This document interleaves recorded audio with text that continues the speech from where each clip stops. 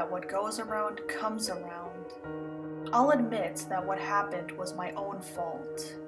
But to be fair, there's no way I could have anticipated what I'd experienced. It all started 3 years ago when I started drinking. I was under a lot of stress from work and was looking for a way to stay calm. I'm not trying to absolve myself. I'm telling you this to help you understand how I got into the nightmare I went through. I had this friend named Jim who told me about this new bar. It was called the Crimson Bar. This place had a signature drink called the Crimson Margarita. Margaritas happened to be my favorite alcoholic drink at the time. So of course, I agreed to go with Jim. The bar was open only at night. Looking back, that should have been a red flag. Jim and I went to the Crimson Bar on Friday night. The building's name was in red neon lights above the entrance. Jim and I went inside and we were surprised by what greeted us. The bar's interior was very old-fashioned. It looked like a tavern from the 1930s. It didn't have TVs, a jukebox, or anything. The only normal thing about the place was the patrons. I figured that the Crimson Bar was one of those themed bars. Jim and I decided to sit at the bar. The bartender welcomed us and asked what we'd like to have. Jim and I ordered the Crimson Margarita. The drink was a deep shade of red. When I picked up the glass, I noticed the margarita smelled weird. It was pretty faint, so I couldn't tell what the smell was. I asked Jim if he noticed the weird smell. He said he didn't and started drinking his margarita. I figured that the Crimson Margarita had a unique ingredient. I took a sip and was amazed by the flavor. It was unlike anything I'd ever tasted. The margarita was so excellent that I gulped the whole thing down. I looked at Jim, who pretty much did the same. It took only 3 drinks for me to get super drunk. For the record, I'm no lightweight. Plus, a margarita doesn't have that much alcohol to begin with, never mind 3. Jim ended up as drunk as me after consuming the same amount.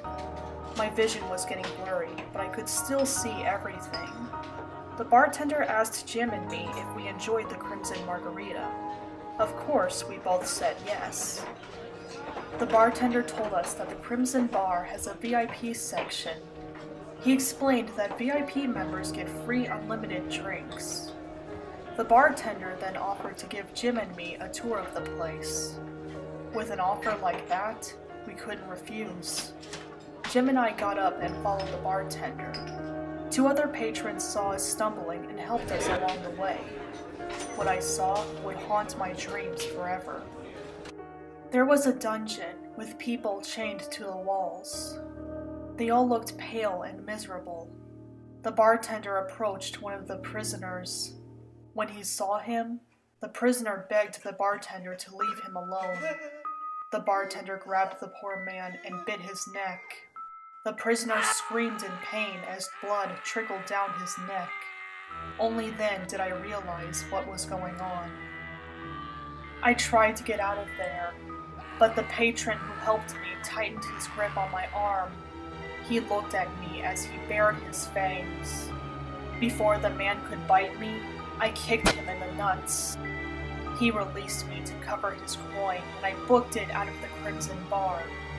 I don't know how far I got from that place, but I was stopped by a couple of officers. I tried to tell them about the Crimson Bar and what was happening there, but all that came out was drunken slurs. I'd spent the night in jail, but I didn't care.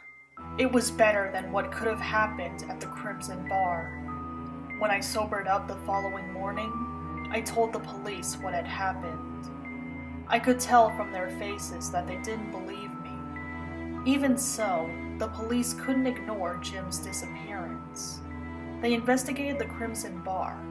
Unfortunately, things didn't go as I'd hoped. The police spoke with the staff and patrons from the previous night.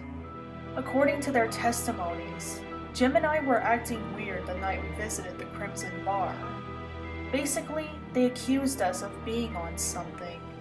This would explain my claims of imprisonment and murder in the Crimson Bar.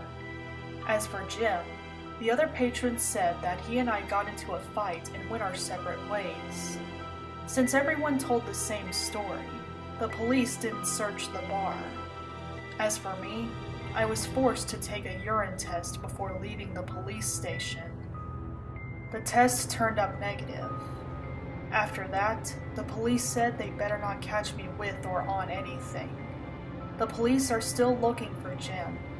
I keep telling everyone where he is, but no one believes me. Drunk or not, I know what I saw. I haven't had a drink since that night. At least something good came out of that incident.